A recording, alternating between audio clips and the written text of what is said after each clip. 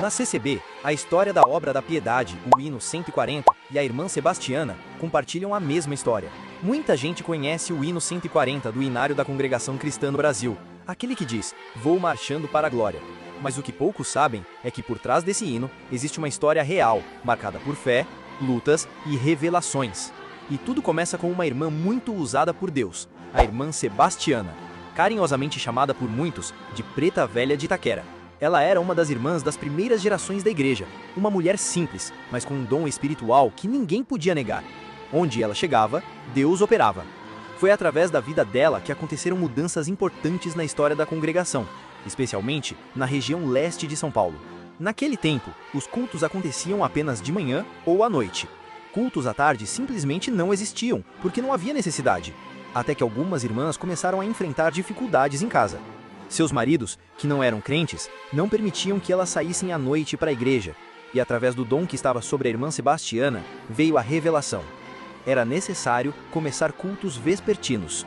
E foi assim que, por volta dos anos 50, começaram os primeiros cultos à tarde, realizados no porão da casa de alguns irmãos na Vila Carmozina, em Itaquera. Aqueles cultos eram voltados especialmente para as irmãs. Os maridos e os rapazes mais jovens, que vinham direto das fábricas, ficavam do lado de fora, ouvindo do vitrô para não atrapalhar.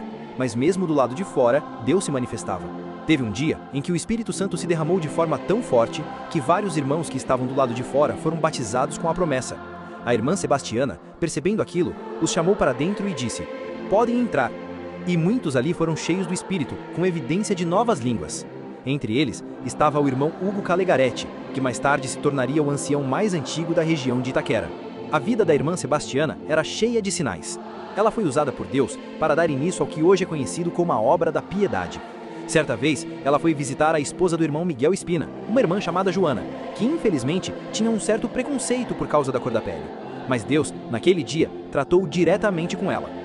A presença do Senhor foi tão forte que a irmã Joana foi batizada com o Espírito Santo e aquele preconceito caiu por terra. A partir dali, tornaram-se grandes amigas. Quando o irmão Miguel viajava para Portugal por longos períodos, a irmã Sebastiana ia fazer companhia para a irmã Joana. As duas passavam noites orando e falando em línguas até adormecerem. E foi numa dessas visitas que a irmã Sebastiana disse que o Senhor havia mostrado que alguns irmãos estavam passando necessidade de alimentos, pois não tinham. Aquilo surpreendeu a irmã Joana, que imediatamente entrou em contato com o seu marido, que estava em Portugal. Ele, por sua vez, falou com o irmão Luiz Franciscon, que já havia retornado aos Estados Unidos. E a resposta foi clara: não toque nisso, porque isso é obra do Espírito Santo.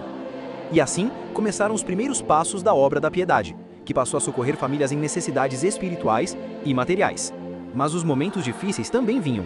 Certa vez, após um culto cheio da presença de Deus, o vizinho, incomodado com os louvores, cortou a cerca da casa da irmã Sebastiana e soltou os animais no quintal dela.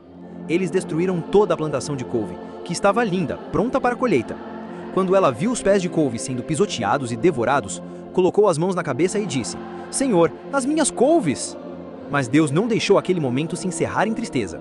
O Espírito Santo desceu sobre ela com força e ela começou a marchar ali mesmo, no quintal da sua casa. Foi enquanto marchava que o Senhor lhe deu a melodia e a letra daquele hino que mais tarde foi incluído no Inário.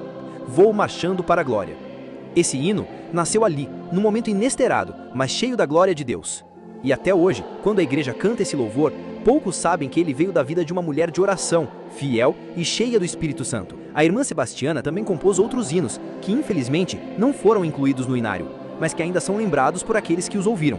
Sua vida foi um verdadeiro exemplo de fé, coragem e entrega total nas mãos de Deus. Essa é a história por trás do hino 140.